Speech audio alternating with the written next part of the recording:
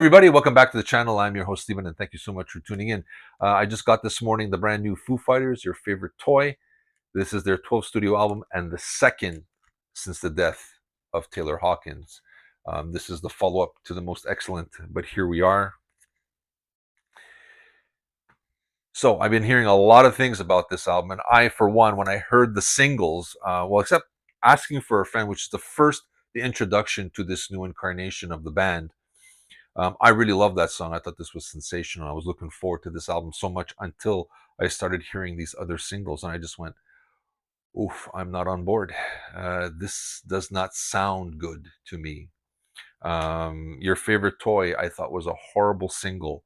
Um, Caught in the Echo took me at least 6 listens before I got into it, and I said, usually the Foo Fighters, by the second time, I'm on board and I'm ready to go and I'm looking for it. This album, I was holding my breath. So I played it today a couple of times, and my honest opinion is it's all right.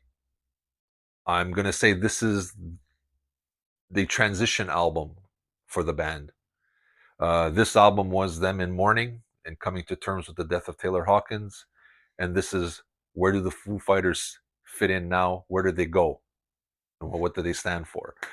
So they made some changes. Like I said, they got a new producer. They got Oliver Romain on board. I don't think he was the right choice. I think he's made some mistakes, especially when he plays with Dave Grohl's vocals. I think that's one of the trademarks. His growl. Sometimes the guitars, the way they're mixed, there's more than one guitarist, but it kind of sounds like it's one. I think they should have brought in Greg Kirsten, who's been there since I believe 2014, and has done an excellent job on their albums to at least co-produce the album with them and keep things in check. I think they're trying so hard to find out where they are, they lose track of who they are. If that makes any sense. So they're trying to move forward into the future by going to the past, to the basics, making a basic rock album with Dave Grohl bringing some of his punk influences into the mix. Does it work all the time? Not really. I'm going to say Caught in the Echo as an album opener now, I thoroughly enjoy, and it's a great album opener. I'm going to say Unconditional is a great song.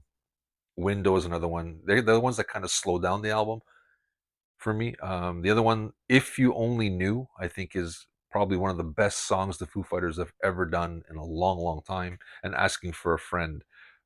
All of the People, Your Favorite Toy, I still don't like this song. For a title track, this should be one of the songs I should gravitate to. And that's the thing. Most of the Foo Fighters, what I used to like is when there's emotionally grounded into the material.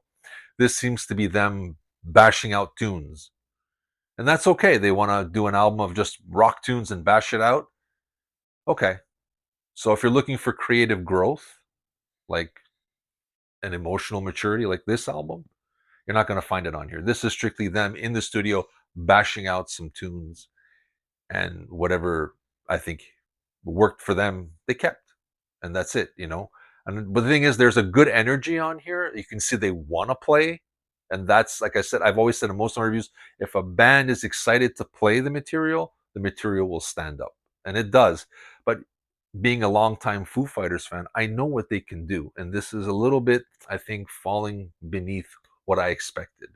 And again, I think hearing some of the songs, like again, Your Favorite Toy, when I heard it as a single, I said, wow, this album's in trouble. And I should have a little bit more faith in Grohl, and I do. So overall, I'm going to say it's a solid record. It's nowhere near the greatest of this or Wasted Light. Nowhere near. But if you're looking to rock out just summer and you put this in your car or Spotify and you want to rock out, you can't go wrong. But if you're looking for a little bit more that emotional groundedness to their material that they usually have, it's not there. And that's what's sorely missing. The mix sometimes is questionable. I think they need to bring Greg Kirsten back into the fold for the next record, but I think they probably will. And then, like I said, this is their transition record. This is where do we go now? And we can only figure that out if we go back to our humble beginnings. So I'll take this as a transition record. I still love the Foos. I'll probably listen to this every once in a while. I'll probably will put Asking for a Friend and If You Only Knew on my playlist, and maybe Caught in the Echo. The rest, maybe Unconditional and Window, maybe. The rest, it's the Foo Fighters rocking out. So if you're one of those guys that said the Foo Fighters can't rock out anymore, this is the album for you. If you're looking for a little bit more, like I was, you might be slightly disappointed. And that's my take on this album. You let me know what you think. Do you like this album? Do you have this album? Do you think the Foo should stop without Taylor Hawkins, or do you think they should march forward? I think they should. I think they still got some gas left in the tank. I just don't think this is the best representation for the band at this moment in time. But I get what they're trying to accomplish. Like I said, they're trying to get to where they should be now without Taylor Hawkins. And sometimes you need to go backwards in order to go forwards. And that's my take on it. Let me know what you think. Share your thoughts. And if you can, hit that like button, subscribe. This is Steven from the Roundtable with my thoughts of the latest, the 12th studio album from the Foo Fighters, Your Favorite Toy. And I'll be seeing you in the future.